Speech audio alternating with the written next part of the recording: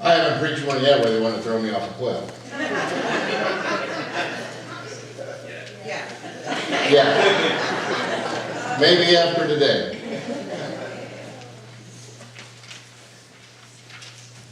So last week we read the first part. Everybody's really thrilled and excited. Hometown boy reads from Isaiah from 62nd chapter and 58th chapter. And it is kind of interesting if you really want to do an interesting study. You look at the text that Jesus was reading, and there are parts he reads and parts he doesn't. He just kind of leaves out. It's kind of interesting as to how he interprets the text as he reads it. And then he sits down to speak, and you know, the murmurs start. That's just Joseph's kid. It's kind of like probably, I don't know, for one of the lead folks, especially the first time David hasn't preached for you, you know, it's all right, he's just one of us, you know. It's always tough to preach in front of people that know you too well.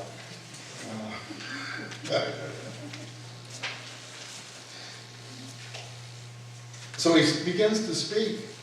And, you know, up until this point, you know, we talked about this last week, this wonderful confirmation. It's, boy, God is going to do for us what God has promised all these years, and isn't it going to be great? And then the murmurs start, this guy really knows what he's doing. He hasn't been to seminary yet. And, you know, I don't know if he's really got anything together. And he says, you know what, this has come true for you now, and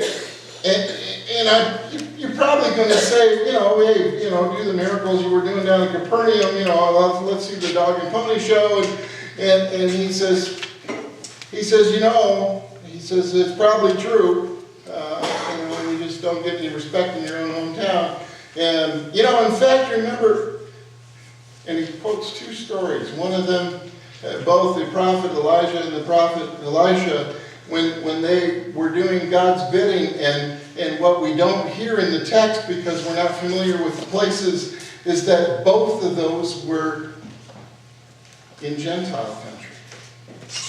In other words, God's action, God's work, God's promises are fulfilled, but not for you. For those people over there, the others, the people that you don't care about, the other people. See, and remember Elijah came and did all these wonderful things, but not for you. For those other people over there you don't like. And the crowd, it says, got downright ugly. And in fact, they tried to throw him off a cliff. That's because he was telling them that everything you know is wrong. You remember that album? When I was a freshman in college, I was working in the radio station at Adrian, and we liked putting comedy bits on now and then, and we had an album by Firesign Theater. Remember that? Firesign Theater. And their second album was called Everything You Know Is Wrong. And I thought it was a great title, and I laughed about it. Probably the most famous thing they ever did was The Adventures of Nick Danger, which was a detective, and whose descendant is, by the way, is Guy Noir of, you know, Garrison Keillor fame. It's kind of in that genre. And I laughed about it then, but the next year when at Central City in an intro to psychology class, I know I've said this before, that the professor stood up there and was talking about part of the text, and he said, I think this is, and he used some farm term.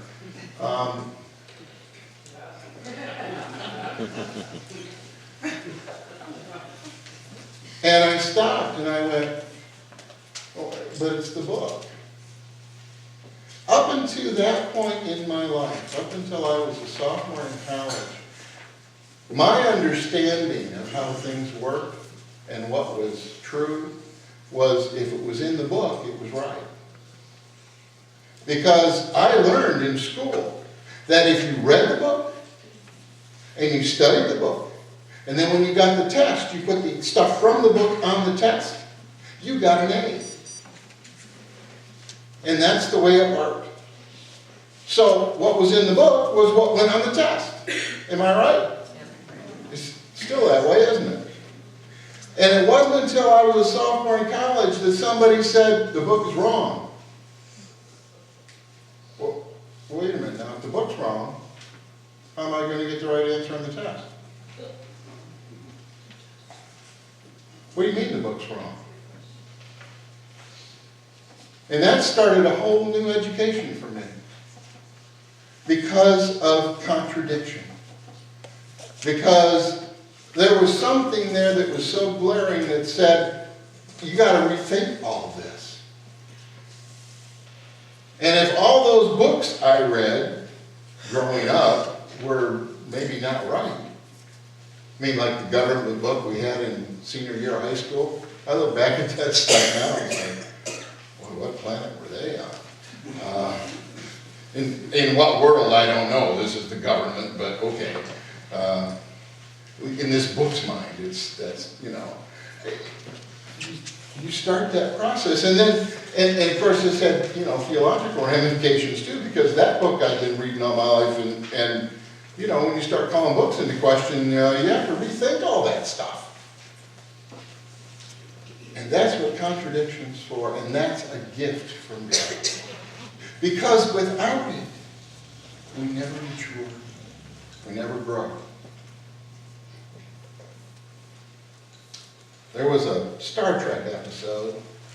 It's a little foggy in my memory, but they went to a planet where everyone was living in this idyllic garden.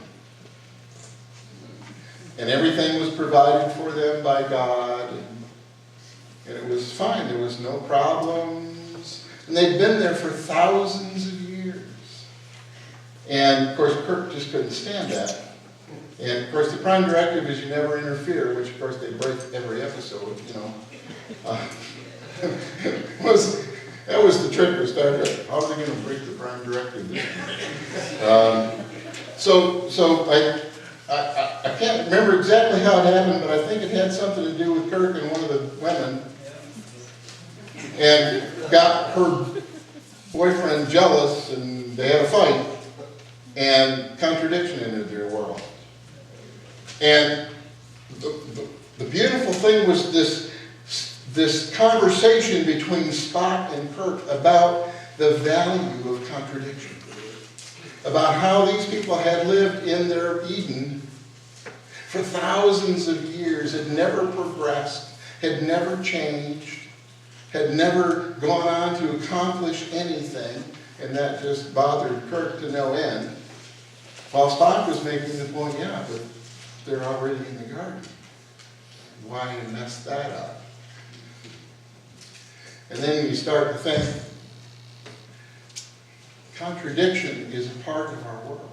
It starts with our weather. You know, we have to learn to deal with this stuff, right?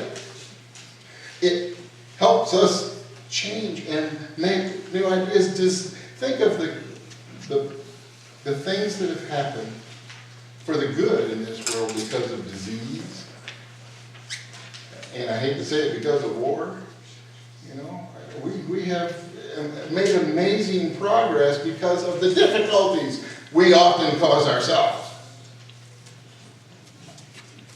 Without contradiction, we don't grow. We just stay the same. Now, there are some people who don't like contradiction, and there are some churches that don't like contradiction, and they just like to come and feel good and be happy and go home. So, but you don't grow that way. And we're about making disciples. So to make disciples, you have to grow. You have to mature and change and learn. Dr. Brueggemann last week, when we went to see him, he made another point that is interesting because how it relates to the text is something I'd never thought of before, but people who have nothing but confirmation, the chosen people, when they get to the point where their chosenness is more important, and much more important than regard for the other, regard for those on the outside, regard for those who are not part of who they are. It turns to violence. That's another good reason for contradiction. That's another good reason to make sure that we never get to the point where we think we got it made with God. We got it made with anything. That we've got all the answers and that we're the only right ones in the book. Because when that happens, as he points out time and time again through Scripture, it turns to violence. Time and time again through history. When people get to that point where they believe they are it turns to violence. That's kind of scary, isn't it? But that's what happens when there is no contradiction. Robert Mchigan is a psychologist of note in the United States, trained at Harvard. He put out a book in the late 80s called The Evolving Self. He is for those of you in psychology, he is a constructive developmental psychologist. So y'all know what that means, right? He's a cheater. In other words, he says, yeah, there's a constructive part. There's the part we're given genetically, and then from there we develop. See, he has it both ways. It's not all one or all the other. He's both. Which kind of makes sense, doesn't it? He says that you got to have three things to grow psychologically. And one of those is confirmation. We talked about that last week, didn't we? And the other one is contradiction. Interesting how those terms come up again. And the other one is continuity. There has to be something in your life that continues relatively the same so that you can look at that and say, oh, I've changed. I don't look at that the same way I used to. For those of us in the church, that's often the Lord's Prayer, the table behind me, the things that we do pretty much the same our whole life. That's why when you change the Lord's Prayer, it starts to mess with people. Because you're changing something that doesn't, can't change for them psychologically. You need those three things to grow. And believe it or not, our worship team actually designed to worship that way. We make sure that there are elements in worship that go along with what we're talking about, and elements that say, hey, wait a minute. Well, I'll get the other way. And then there's elements of continuity. Didn't know we were playing with you, didn't you? See, but that's important. Because all of us want to grow in the faith. That's what we're here for. And so to have an environment in which that can happen makes sense. I know it's hard to think of contradiction as a gift. When your 16-year-old is telling you you're full of foreign stuff again, you don't want to hear that. When church members are saying, you know what, we're getting kind of old, you don't want to hear that. We go to VCI meetings and we hear stuff about, what the church needs to do to be here 25 years from now, and we don't want to hear that. We want it to stay just the way it is. Right? And the problem is that time has this thing, and it's just not the way it is. It wasn't the way it was 10 years ago, was it? Or 20 years ago, or remember when you guys were in youth group? It's changed, hasn't it? Yeah. And it's going to keep on changing. And that's a contradiction. And that troubles us. Hopefully, we'll do something about it more constructive than throwing the preacher off the cliff. Okay?